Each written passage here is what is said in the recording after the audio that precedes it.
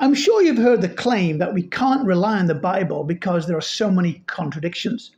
In fact, just yesterday, I saw a guy in Quora writing that he'd been a Christian all of his life, he'd gone to church, he'd gone to Bible studies, but when he found out that there were so many irreconcilable contradictions, he lost his faith. But the question is, was he right to do that? Are there many contradictions in the Bible? Well, in this video, we're going to learn about the basics of understanding supposed contradictions so that you can see for yourself when a difference does not mean a contradiction.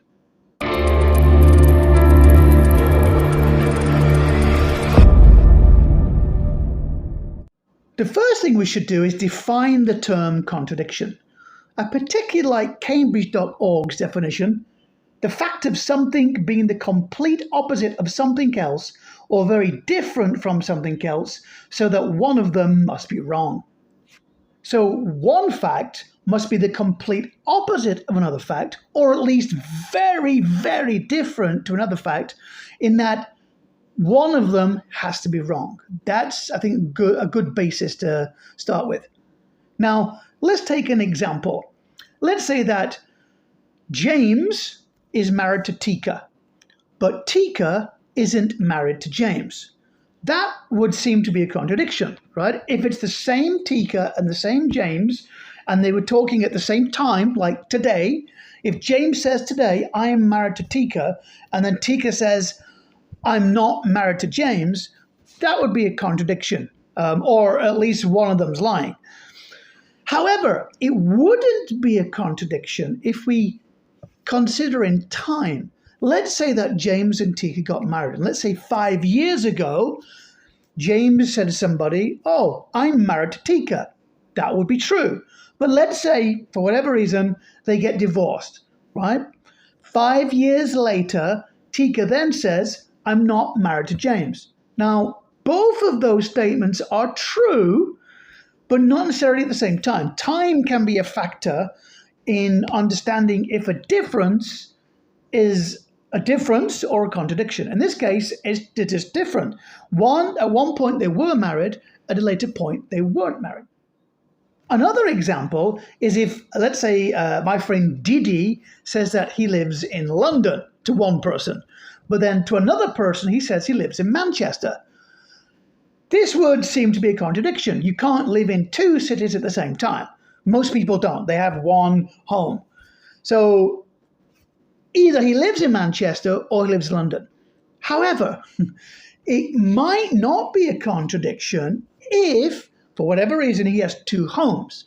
If he has a house in Manchester and he has a house in London, and he travels regularly between both places, so he's often in Manchester and often in London. So he has a home in Manchester and a home in London. So he lives in both places. Now, he might say to one person, I live in Manchester. Perhaps that person lives close to Manchester.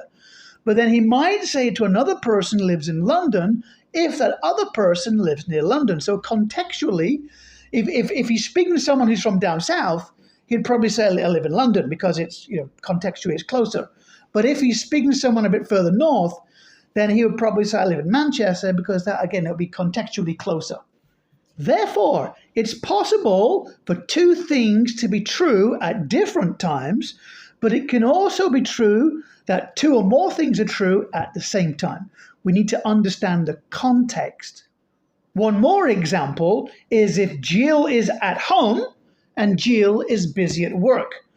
Now, most people might assume that if she's at work, she's in the office, but if she works at home, or maybe she was just working at home today, both of them can be true at the same time. They don't have to be contradictory. One more example before we delve into eyewitness testimony is if, let's say, for example, a guy called Peter says that he got the highest score on a test to one person, but then to another person, he says he got the lowest score on the test. Now, this seems to be a contradiction. How can you get both the highest score on the test and the lowest score on the test? Now, if he only took one test, he didn't take more than one test, he took one test on one day with the same group of test takers, he cannot logically get both the highest score and the lowest score. That would be a contradiction. However, let's say that on one day, he took the test with one group of test takers and he got the lowest score. That is possible. But let's say he was embarrassed by his score, he wanted to get a higher score. So let's say he studied hard, and then let's say the following month or a different time on a different day with a different group of test takers, then he got the highest score on the test. That would not be a contradiction. It might seem contradictory without the details, but when we know the details, then the supposed contradiction disappears. It's just a difference. So this is especially important to keep in mind when we look at eyewitness testimonies. Time, perspective, and context. We need to try to understand these to figure out if something's a difference or a genuine contradiction that cannot be reconciled. The book Cold Case Christianity, written by J. Warner Wallace, who is a cold case homicide detective, provides a great example of how two supposedly contradictory eyewitness descriptions of the suspect actually led to the arrest and the prosecution of the perpetrator. A small convenience store was robbed at gunpoint one day, and at the time there were only two eyewitnesses. There was a Silvia Ramos and a Paul Meher. So how did each person describe the subject? Well, before we go into that, let's give a bit of background about each person. So Silvia Ramos is a 38-year-old female, married with kids, an interior designer, and she was picking up milk on the way home from work. The other eyewitness was Paul Meher, a 23-year-old male, single, no kids. He was an apprentice plumber and visiting the cashier on his day off. And this is how they described the subject. Sylvia said that he was a younger boy in his teens, very polite with a sweet voice, did not have a gun, bought something at the store, wore an Izod polo shirt, had no vehicle. However, Paul said that it was a man about 24 to 25 years old. He had a threatening scowl and countenance. He had a Ruger P95 9mm handgun. He didn't buy anything at the store. He might have worn a t-shirt, but he ran to a 90s tan missing. These two were both eyewitnesses in the store at the same time. Yet we see that their description of what happened is a little bit different. What might account for that? Why do we have seemingly contradictory details? As mentioned above, the perspective of the eyewitness, but also the location of the witness, can be very important in understanding if something's a difference or a contradiction. Where were they in the shop? What was their location? What were they thinking about? What is important to them in life? What is their perspective that they brought into this situation? These are questions we need to keep in mind. In this case, probably the most important factor to understand why there's differences is the location of each person. Now, Sylvia was a customer in the shop and she was standing behind the suspect. Now, she's a mother, so she's very, nurturing, and she assumed he was a young man, and he was wearing an Izod polo shirt, and that's a specific detail. Detectives particularly listen for specific details. She said an Izod polo shirt, not just a shirt, an Izod polo shirt. Now, it turns out that she had bought the same t-shirt or polo shirt for her husband, and his birthday was like the previous week. So she thought, oh, he's got good taste in clothes, like my husband. So perhaps, and she has children, she was projecting this onto the young man, as she described him. So she didn't see the scowl, and she didn't have any eye line to the gun. So she's standing behind him. Now, in contrast, Paul, as we read before, he was visiting his friend on his day off. His friend's a cashier. So where was he? He was actually behind the counter standing next to his friend. He had a good look at the person. So he's looking at the suspect. He could see that this is a man 24, 25 years old. He could see the scowl and the countenance. He could certainly see the gun. But notice he specified the gun. And he said it was a Ruger P95 9mm handgun. And that's very, very specific. How did he know? Well, it turns out that he likes to go to the shooting range on his days off. And that's one of his favorite guns. So he could immediately recognize the gun. Now, we also learned that Paul says he ran to a 1990s tan-colored Nissan. He didn't give the model, but he said it was a Nissan. It was tan-colored in the 1990s. How did he know? Well, he had a similar car where, before he had a similar car, so he knows what kind of age range. But also, in the shop, there's only one window, and that window is the door window. And the door was next to him here. And he could see out the door when the suspect left. He ran out and he ran to the car. He could see the car from his position. But the woman who was standing behind, she couldn't see because there's a wall. The convenience store wall was blocking her line of sight to the car. So here, yes, there are some differences, but we expect differences in eyewitness testimony. In fact, detectives get extremely suspicious if all of the details match. It means that there's been collusion and they're making up the details. Real eyewitness testimony differ on the small things, but all agree on the main things. Another example of differences, but not contradictions, we can take from the case of the sinking of the Titanic. You might be surprised to learn that there were many survivors, eyewitnesses, who give different accounts of what happened. Let's look at two particular viewpoints. There's one group of people who said that when the Titanic sank, the lights were still on. Another group said when it sank, the lights were off. Another group said that when the Titanic sank, it sank in one piece.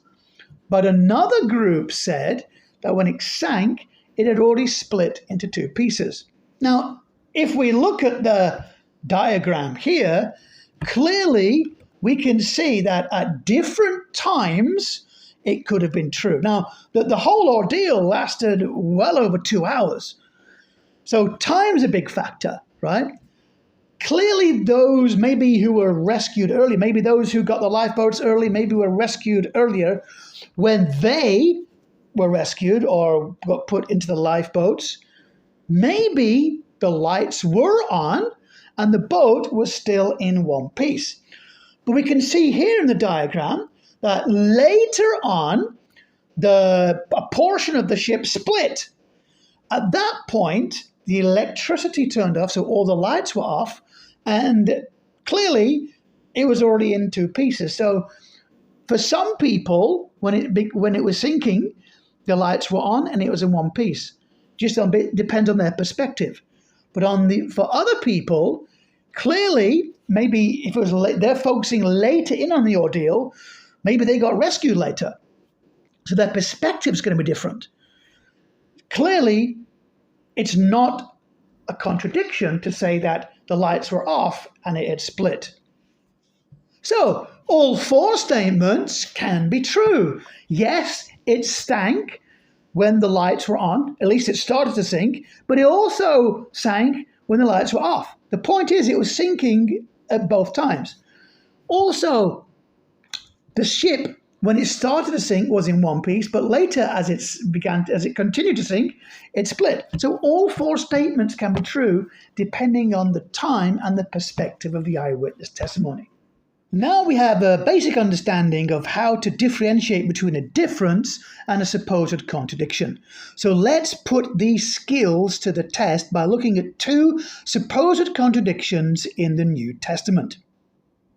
The first so-called contradiction we're going to look at is in Mark 15, verse 40. Mary was supposedly far off at the crucifixion, but in John 19:25, it says that she was close. So, which is it? Was she far away or was she close? Well, let's read the verses to see in detail if we can understand if it's a contradiction or a difference. Mark 15:40 says, Some women were there, watching from a distance, including Mary Magdalene, Mary, and Salome. Whereas John 19:25 says, standing near the cross were Jesus' mother and his mother's sister, Mary, the wife of Clopas, and Mary Magdalene. Okay, so let's put what we've learned to use. Are they necessarily contradictions? Where were they? Well, we know where they were. One of them says they were close. One of the accounts says they were far off. What about the time? How long was the contradiction, the crucifixion? How long did the crucifixion take? Well, some people say it took anywhere between 2 to 3 hours for Jesus to die. So it's quite plausible that one eyewitness account mentioned in one book saw Mary when she was far off. Maybe this is at the beginning of the account of the crucifixion. Maybe she just arrived and this eyewitness saw her earlier on. But maybe in the other account, let's say in John, when she was nearer, maybe this was much later on in the event and another eyewitness saw her standing nearby. So this is not a necessary contradiction. It's just a difference. It's very possible two different eyewitnesses saw her in two different places at different times. So this can be explained away quite easily. The second supposed contradiction in the New Testament we're going to look at is when Jesus says, honor your father and mother, but then later he says, if you want to be my follower, you have to hate your mother and father. So which is it? You've got to honor your mother and father, or you should hate your mother and father? Well, let's look at the verses. Matthew 15 verse 4 says, for God commanded, saying, honor your father and your mother, and he who curses father or mother, let him be put to death. But then Luke 14 verse 26, Jesus says, if anyone comes to me and does not hate his father and mother, wife and children, brothers and sisters, yes, and his own life also, he cannot be my disciple. So, how do we respond? Are they talking about the same thing in the same way? Clearly, the context is different. In Matthew 15, Jesus is quoting Exodus chapter 20. And he's actually addressing the Pharisees and the scribes because they had built up their own man-made traditions which had usurped the words of God. And if we look at verses 5 and 6, it says, but you say, whoever says to his father or mother, whatever profit you might have received from me is a gift to God, then he need not honor his father or mother. Thus you have made the commandment of God of no effect by your tradition. So clearly Jesus is addressing the corrupt acts of the leaders. They had turned away from God's word and they have been teaching people, in this case, you don't need to honor your father and mother, which is a direct transgression against God's word. So what about Luke 14 verse 26? Clearly, it's a different context. Here, Jesus is addressing people who want to follow him, saying that if you want to follow me, you've got to put God first, more than people. God should be the priority as opposed to following people. So if you want to please your family, but not please God, then that's not a good thing. You've got to put God first. So he's talking about the cost of people following him. Now, I've met many people of other faiths who've become a Christian. They've been disowned by their family. They've been kicked out of their families, ostracized by communities and friends because they put God first. So in this case, they had to love God more than their family.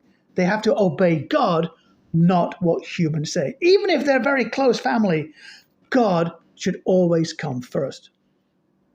So, in conclusion, the two supposed contradictions in the New Testament verses, when we look at the context, they are not contradictions, they are just differences. In future videos, we're going to be looking at many other supposed contradictions in both the Old Testament and the New Testament. Anyway, that's the end of this video. Thank you for watching. I hope you found it educational and also interesting. If you did, I'd love it if you subscribe to the channel, comment on the video, like the video, and share the video. And remember, faith is not fairy tales, and God is real.